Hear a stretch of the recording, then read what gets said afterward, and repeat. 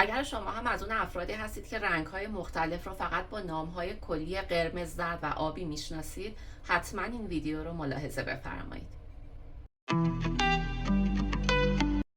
سلام، ندا جواهری هستم. به کانال یوتیوب من خوش آمدید. اگر هنوز کانال رو سابسکرایب نکردید حتما سابسکرایب کنید، زنگوله رو روشن کنید که از آخرین ویدیوها مطلع بشید. لایک و کامنت شما باعث حمایت از من هستش. خب من یه مقوای آبرنگ رو جدول بندی کردم و روی تخت شاسی فیکس کردم. شروع میکنیم یکی یکی رنگ ها رو با هم دیگه تست میکنیم با اسمشون و اینکه هر کدومشون چه رنگ هایی دارن، چه ویژگی هایی دارن. حتما آب دم دستمون هست برای این کار، چند تا ظرف آب که رنگ ها با هم دیگه قاطی نشن.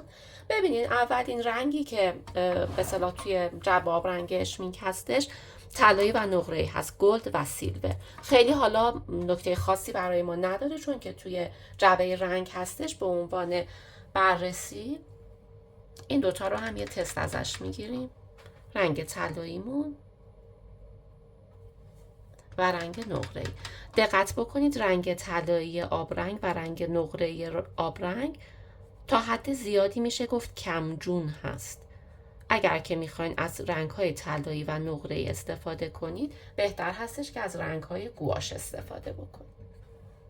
بعد از اینکه کامل رنگ‌ها تکمیل شد من حتما دوربین رو زوم میکنم که از نزدیک هم همه رنگ‌ها رو بتونید با وضوح بیشتری ببینید.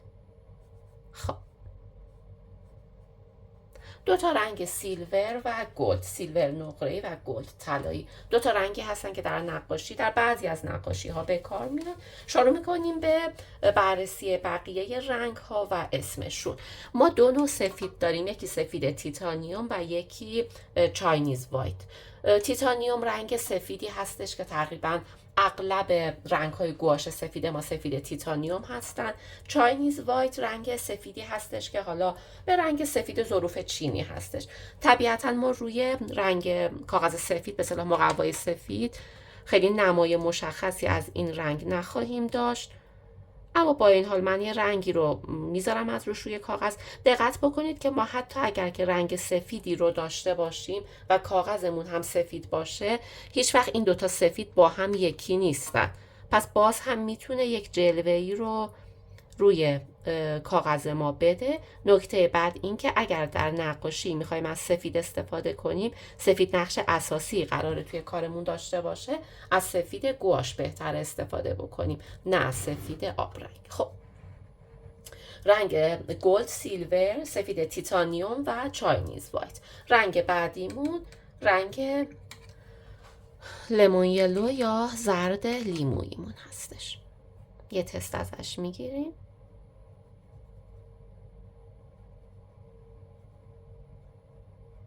همونطور که میبینین یه زردی هستش که تا حد زیادی به سردی میزنه، گرمای این زرد کم هستش. و زرد بعد کادمیوم یلو. زرد کادمیوم زرد گرمتری هست.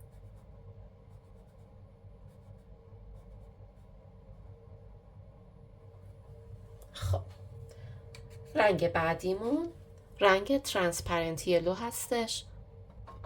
ببینید یه رنگ خاصی داره اینجا توی جعبه آبرنگ، ولی وقتی که روی کاغذ میاد کاملا متفاوت میشه.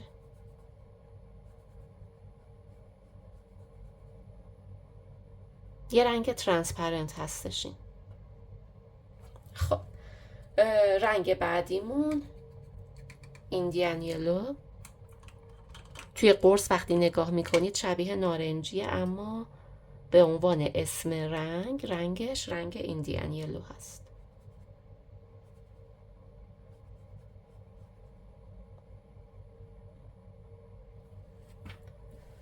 رنگ بعد کرومیوم یلو.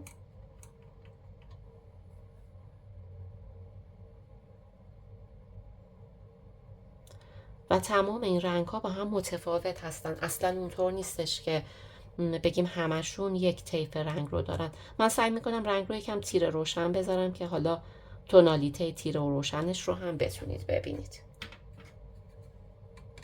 تازه بعد از این رنگ هایی که توی قرص به نظر ما نارنجی می اومد اما در واقع به اسم طیف رنگ یلو ارائه میشه، ما وارد رنگ نارنجیمون میشیم. کرومیوم اورنج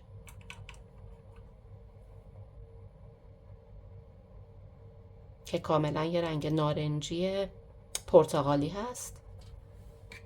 یکم کم رنگش هم براتون بذارم.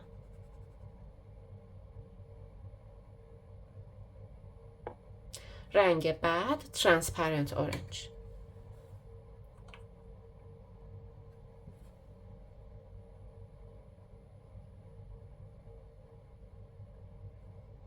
یه رنگ ترانسپرنت هست باز.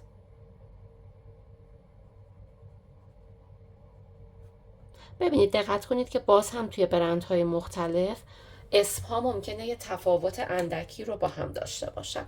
بعد وارد محدوده رنگ‌های قرمزمون میشیم. قرمز کادمیوم هست یا کادمیوم رد. قرمز کادمیوم جزو رنگ‌های خیلی معروفه، حتما به گوشتون خورده دیگه اگر کار نقاشی میکنید. قرمز کادمیوم یه قرمز خیلی شناخته شده هستش. قرمز دیگه در واقع اون قرمزی، اون انتظاری که ما از رنگ قرمز داریم در قرمز کادمیوم هستش. خب ردیف بعد رو میایم بررسی میکنیم. اسکارلت رد. قرمز اسکارلت هم باز از اون قرمزهای معروف و شناخته شده هست. شما اگر که نقاشی میکنین که کلا کارتون با قرمز زیاده، حتما باید قرمز کادمیوم و قرمز اسکارلت رو داشته باشید.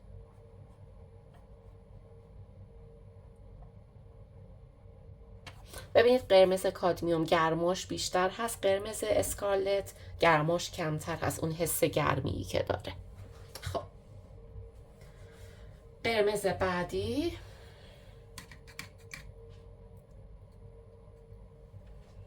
قرمز پریلین مورون هست.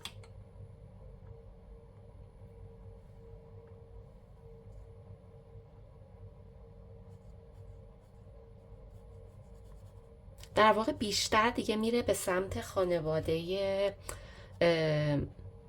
زرشکی، سرخابی، این رنگ ها. اون قرمز خالصی که ما از رنگ قرمز میخوایم همین کادمیوم هست و اسکارلت. خب رنگ بعدیمون مجنتا یا سرخابی.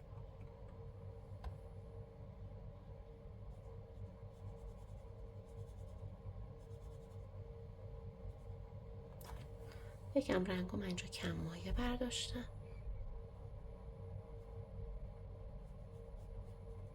این همون رنگی هست که ما به عنوان سرخابی در کارمون میشناسیم. رنگ بعد پرمننت کارمین.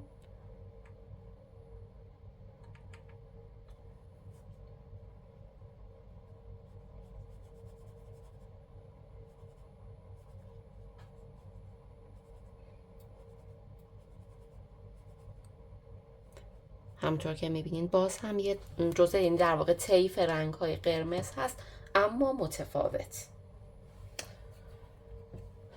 رنگ بعد رنگ مادر رد.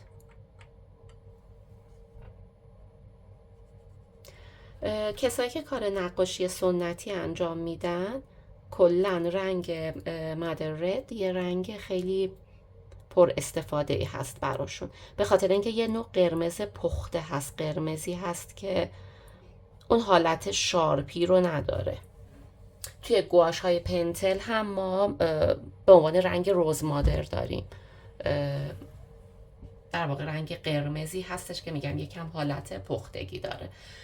طیف رنگی قرمزمون رو با هم چک کردیم. حالا یکم رنگایی که به طیف بنفش نزدیکن رو ببینیم. منگنیز وایلت،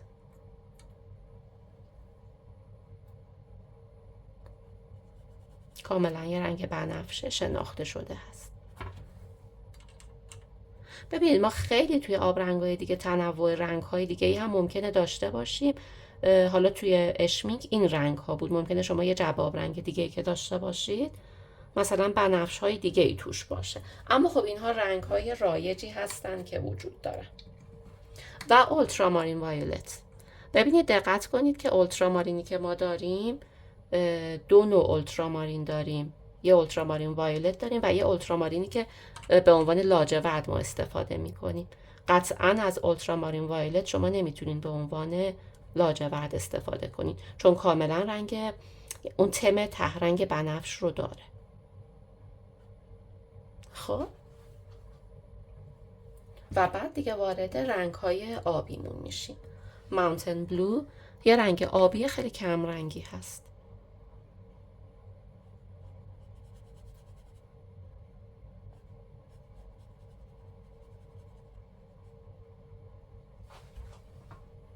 خیلی آبیه، هیچ گرما و سرمای اضافه ای نداره توش.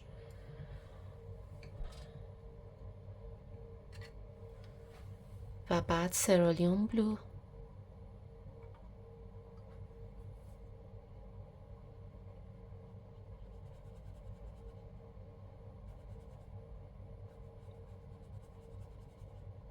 از رنگای خیلی شارپ و خوش رنگ هست. یکم تیرم بذارم که تیرگیش رو هم ببینید.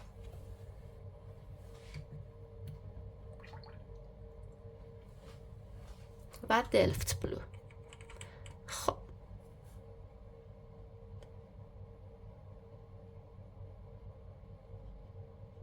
من یکم اینو کم رنگشم بکنم و یه توضیحی رو خدمتتون بدم.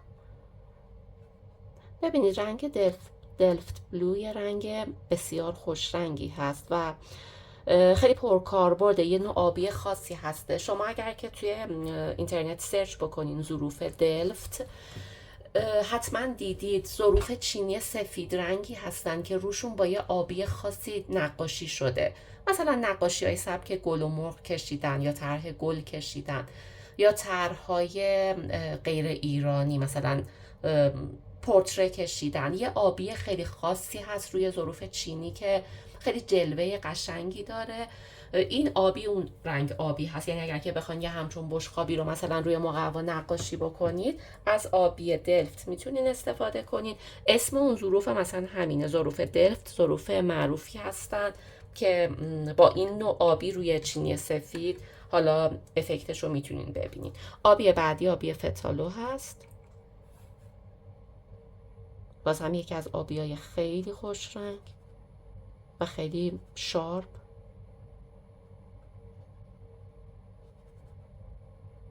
مشابه این آبی دلفت و ما توی سن پترزبورگ تقریبا همین میشه به نام ایندانتروم بلو داریم. و آبی آخری که فعلا توی این ردیف هست ایندیگو هست، همون نیل معروف که اگر که از خود نیل هم شما بیاین و پیگمنت بگیرین دقیقاً به این رنگ میرسیم. رنگ نیل رنگی هست که حالا خیلی اوقات مثلا توی شلوارای جین بعضی از رنگ هاش رو میگن رنگ ایندیگو هست، رنگ نیل هست، یه همچین رنگی هستش. خب من یکم اینو جابجا بکنم که دو ردیف بالا رو دیدیم و بتونیم بیایم ما بقیه رنگ ها رو با هم بررسی بکنیم.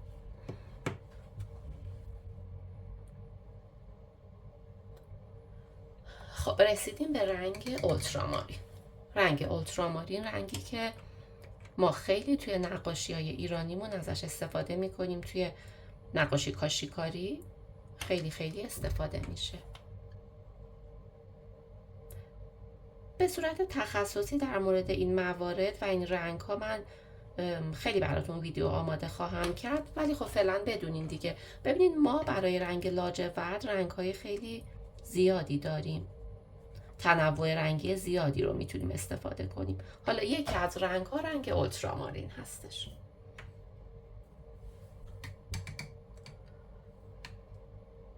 رنگ بعد پراشن بلو.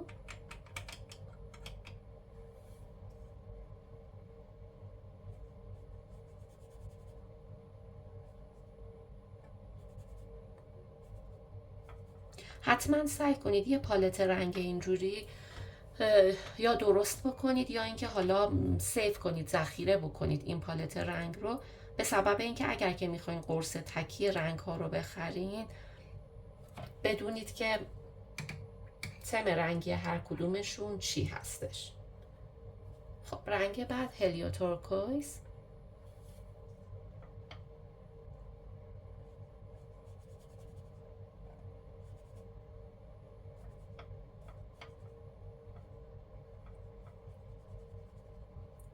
خیلی ها توی نقاشی کلن از رنگ هایی که تورکویز داره به عنوان فیروزه استفاده میکنن. من خودم اعتقاد دارم که اینا خیلیاش فیروزه نیست واقعا.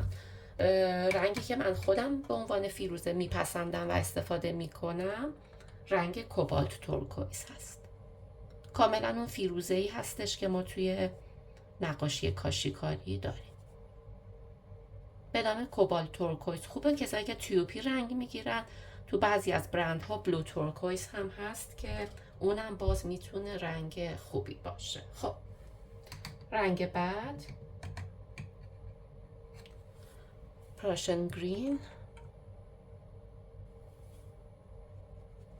دیگه تقریبا وارد رنگ های سبز شدیم حالا از این به بعد.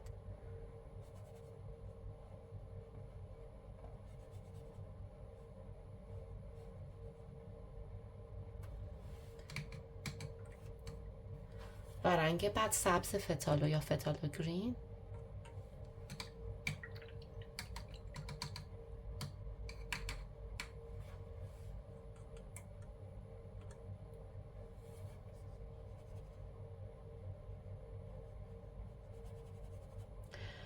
این سبز رو ما میتونیم یه وقتایی اگر که میخوایم ترکیب رنگی انجام بدیم به عنوان حالا نزدیک به سبز اصلیمون در نظر بگیریم. سبزی هستش که به خلوص نزدیک هست، یعنی اگر چیزی قاطیش بکنیم میتونیم ترکیب رنگ خوبی رو باهاش داشته باشیم. سبز بعدیمون که خب کامل یه سبز خیلی مشخصی هست، می گرین. ما به این سبز مثلا سبز چمنی میگیم اصطلاحاً.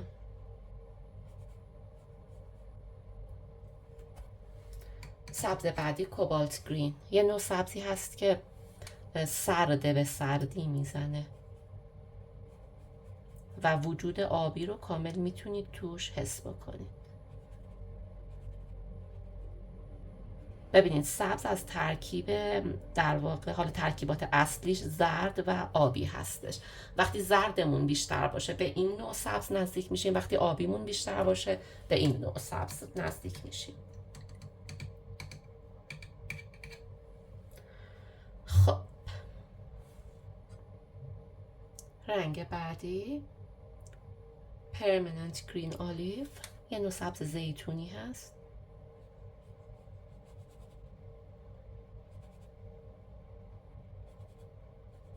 اما سبز بعدی که میخوام بذارم براتون باز زیتونی تر هست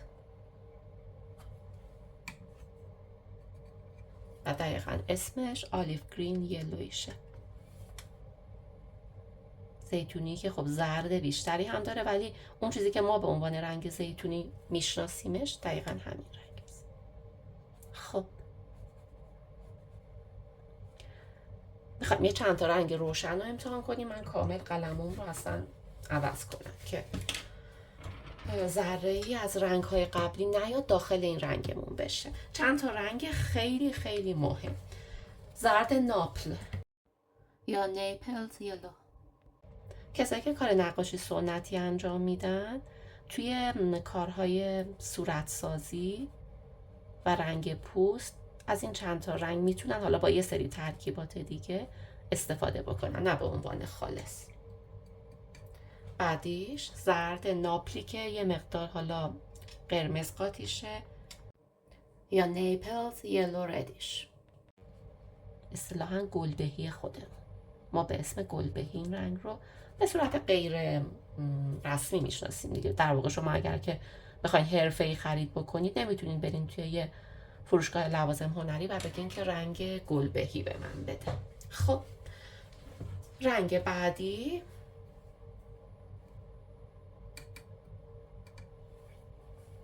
باز هم یه رنگ خیلی روشن هست، جان بریلیانت یا زرد درخشان.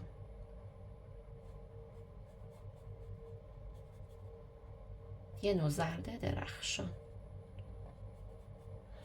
جان بریلیانت که در واقع حالا تازه توی آبرنگ اشمینک اینو یه پسوند دارک هم کنارش گذاشته، یعنی اندکی هم تیره هست، شاید توی برندهای دیگه بشه روشن‌ترش رو هم پیدا کرد. رنگ بعدی رنگ بسیار معروف و پرکاربرد یلو اوکر یا اوکر، اوکری که خودمون همه میشناسیم، در نقاشی سنتی بسیار استفاده میشه.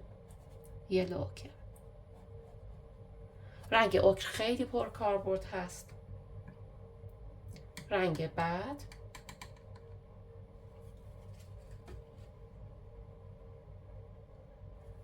برنت سیانا،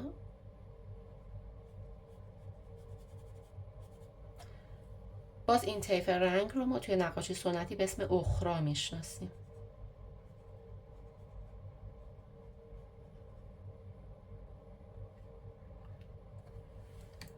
رنگ بعد مادر براون،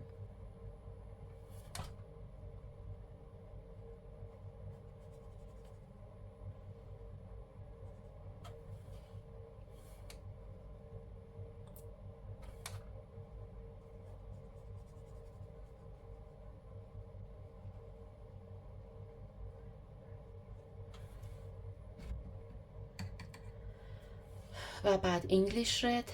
انگلیش رد باز یه رنگ خیلی پرکاربردیه. ببینید این چند تا رنگ رو مثل همین انگلیش رد، مثل برنت سینا، اینا رو ما همش رو در واقع با حالای یکم تیره و روشن توی نقاشیامون جایگزین رنگ اخرایی میتونیم بکنیم.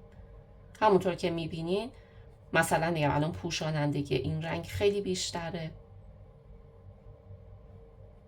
خانواده رنگ‌های آجوری هستن در واقع، و اگر که مثلا شما بخواید نقاشی انجام بدین که طرح‌های آجر توش باشه، از این رنگ‌ها خیلی میتونین استفاده کنین. ایندیان رد،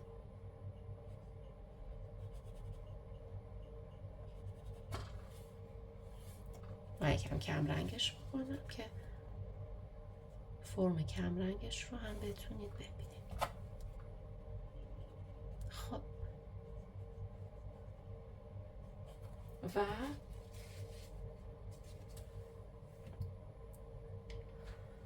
برنت آمبر، برنت آمبر یا در واقع به نوعی میشه گفت قهوه‌ای سوخته، باز هم از قهوه‌ای‌های خیلی خوش رنگ و پرکاربرد هست در نقاشی، حالا سبک نقاشی که من خودم دارم دیگه، برای کارهای فرم‌های آجرکاری. کسایی که میخوان حالا قرص تکی بگیرن و به این سبک میخوان نقاشی کنن، این رنگ هایی که مال نقاشی سنتی هست رو حتما باید تهیه بکنن. سپیا براون یا همون قهوه سپیا، یه قهوه خیلی تیره که یه جورایی خیلی سوخت است، خیلی به مشکی میزنه، به مشکی نزدیکه. باز این رو هم یکم براتون کم رنگش بکنم.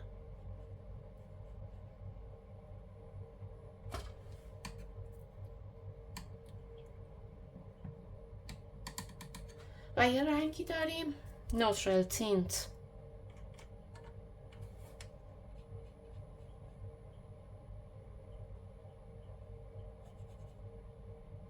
یه رنگ خنثی هست و خیلی پرکاربرده، خیلی پرکاربرده توی نقاشی گره هندسی.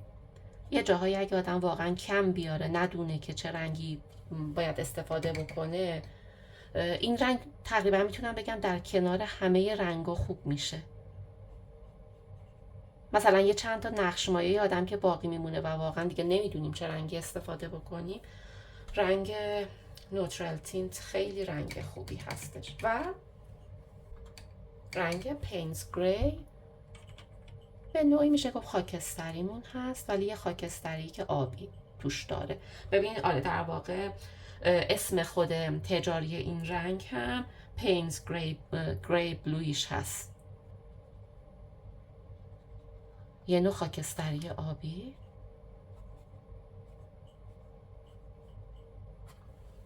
و در نهایت هم رنگ مشکی. آیوری بلک.